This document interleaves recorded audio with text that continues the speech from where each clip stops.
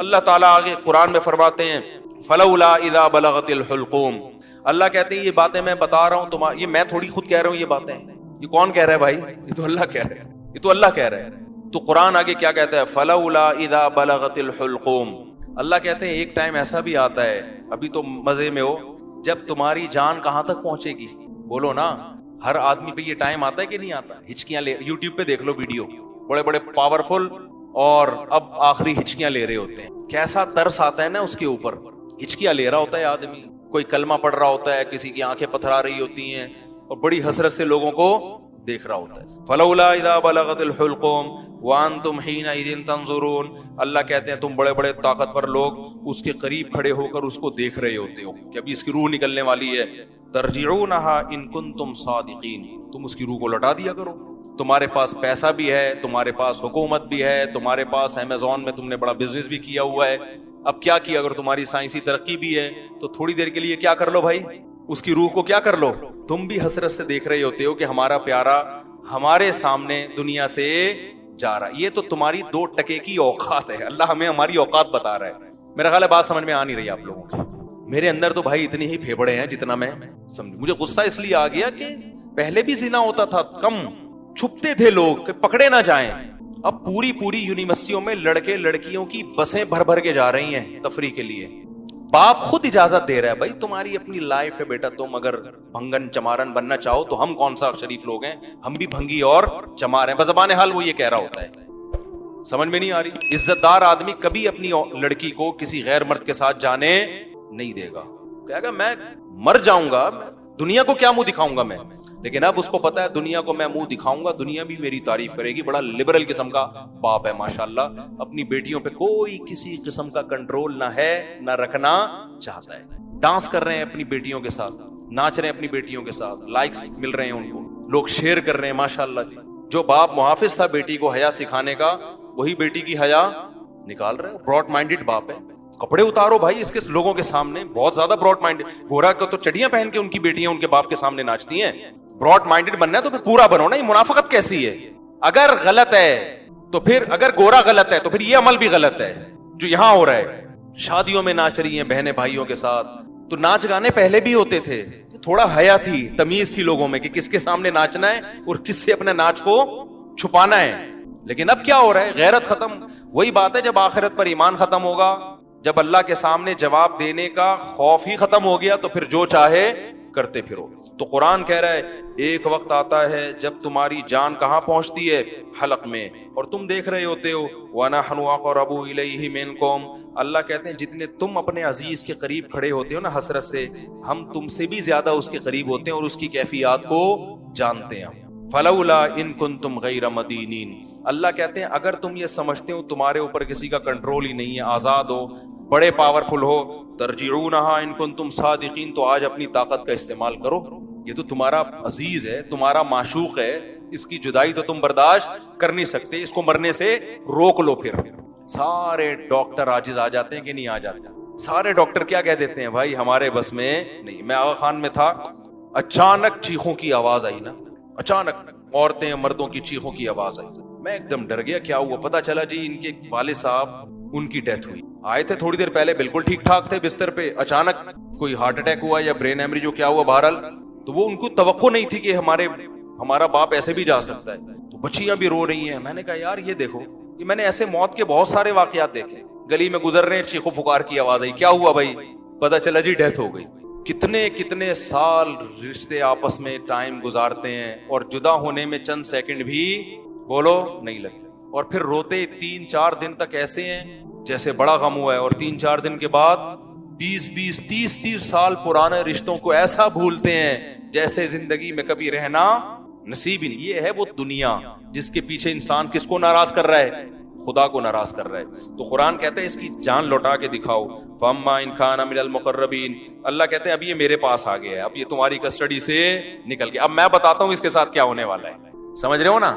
اب اس کا خود اپنے اوپر بھی کنٹرول نہیں. اب تک تو یہ تمہارے ساتھ بہت کچھ کر رہا تھا, فلاں کو اوپر چڑھا دیا, فلاں کو گرا دیا، فلاں کو یہ کر دیا، فلاں کو یہ کر دیا، کسی کو گالی دے دی، کسی کو صدقہ خیرات کر دیا، اب تو یہ کر رہا تھا، اب اس کے ساتھ میں کروں گا جو بھی ہوگا، تمہارا بھی کنٹرول ختم اور خود اس کا بھی اپنے اوپر سے کنٹرول ختم. فَأَمَّا إِن كَانَ مِنَ الْمُقَرَّبِينَ، اللہ کہتے ہیں یا تو یہ نیک لوگوں میں سے تھا، ساری زندگی اس نے مجھے یاد رکھا، میرے احکام کو فالو کیا، فَرَوْحٌ وَرَيْحَانٌ، تو اس کے لیے خوشبوئیں ہیں، وَجَنَّتُ نَعِيمٌ، اور خوشخبریاں ہیں ہمیشگی کے باغات کی.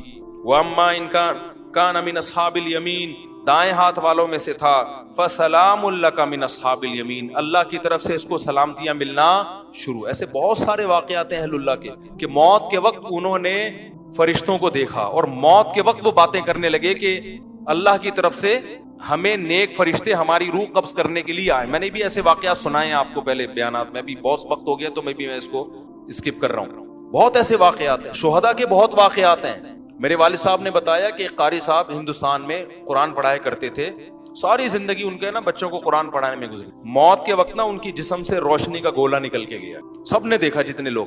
حضرت مولانا اشرف علی تھانوی رحمۃ اللہ علیہ، جن پر آج لوگ بڑے اوٹ پٹانگ قسم کے اعتراضات کرتے ہیں، ان کی جب ڈیتھ ہوئی ہے نا تواتر سے، جو ان کے قریب لوگ کھڑے ہوئے تھے، انہوں نے بتایا کہ ان کی 3 انگلیوں سے روشنی کی کرنیں نکل رہی تھی موت کے وقت، کیونکہ پوری زندگی نا ان 3 انگلیوں سے تصنیف کا کام کیا ہے. ان کی سینکڑوں تصانیف ہیں جن سے بہت، اگر مولانا اشرف علی تھانوی رحمۃ اللہ علیہ ہندوستان میں نہ ہوتے نا تو آج یوں کہا جائے نا کہ میں بھی شاید بدعتی ہوتا، تو یہ بات غلط نہیں ہوگی.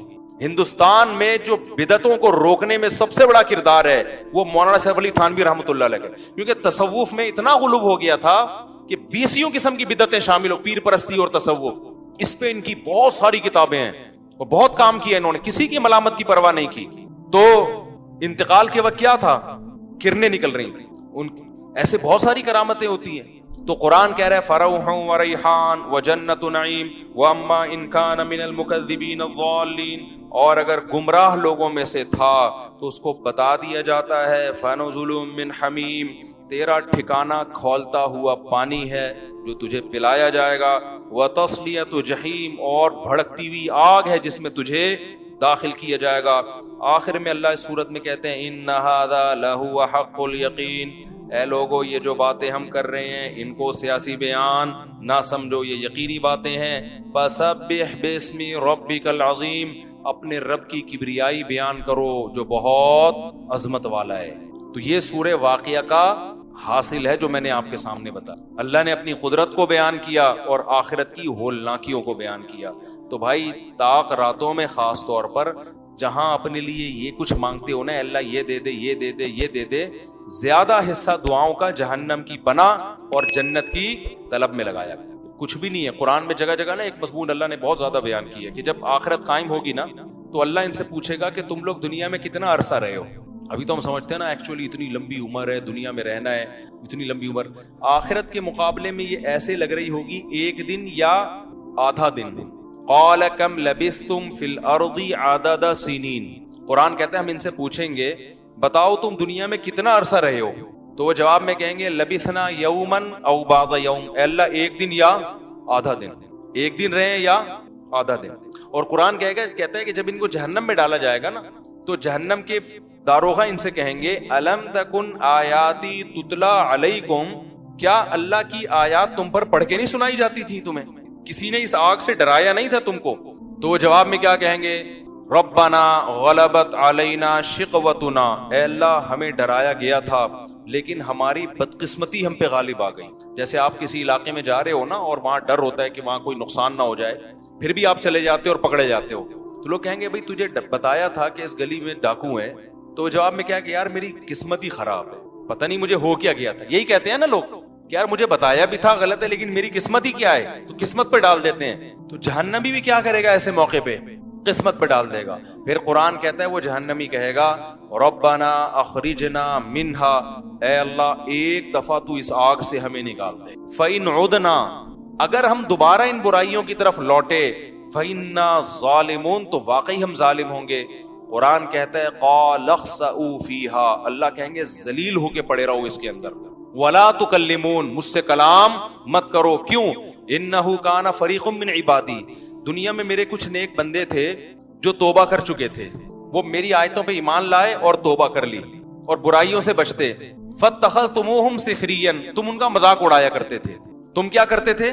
بولو, مذاق اڑاتے تھے. انی جزیتہم اليوم بما صبروا, آج ان کے صبر کا دیکھو میں نے کیسے بدلہ دیا ہے, جن کا تم مذاق اڑایا کرتے تھے. انہم ہم الفائزون, آج وہی کامیاب ہیں. پھر آگے قرآن کہتا ہے کہ افا حسبتم انما خلقناکم عبثا, تم نے یہ سمجھ رکھا تھا کہ ہم نے تم کو دنیا میں بیکار پیدا کیا. بس میں 2 منٹ میں بات مکمل کر رہا ہوں. تم یعنی کیسے بے وقوف ہو کہ دنیا میں جب تمہیں جہنم سے ڈرایا گیا تم نے اس کو مذاق سمجھا. تو کیا تم یہ سمجھتے تھے کہ خدا نے تم کو پیدا کر کے ایسے ہی چھوڑ دیا, وہ ویسے ہی بنایا ہے کہ نائٹ کلب میں ناچو, شراب پیو, زنا کرو, ہومو سیکچولیٹی کی طرف جاؤ, ڈرامے دیکھو, فلمیں دیکھو, جو مرضی کرو. تو کیا تم نے یہ سمجھ رکھا تھا؟ یعنی یہ تو ایسی عجیب سی بات ہے کہ اس کے لیے تو پیغمبر کے آنے کی بھی ضرورت نہیں ہے. اب آپ بتاؤ, جو آخرت کو نہیں مانتا اس سے بولے پھر ہماری زندگی کا مقصد کیا ہے, تو کیا مقصد بتائے گا؟ بتاؤ. وہ کہے گا بھائی انٹرٹینمنٹ, راتوں کو کرکٹ کھیلو, دن میں سوتے رہو پڑے ہوئے, پھر فلم دیکھو, پھر ڈرامہ دیکھو, پھر لڑکیوں سے چھیڑ چھاڑ کرو, پھر سیٹنگ کرو. پیسہ بھی اس لیے کماؤ تاکہ چھیڑ چھاڑ میں آسانی ہو جائے. یہ جو پیسہ کما رہے ہیں نا, عیاشی کے لیے کما رہے ہیں نا, تاکہ اور زنا ہو سکے, شراب پئیں اور موج مستی والی زندگی ہو. تو پیسہ بھی کوئی ان کا ہدف نہیں ہے, پیسے سے ہدف بھی عیاشی ہے.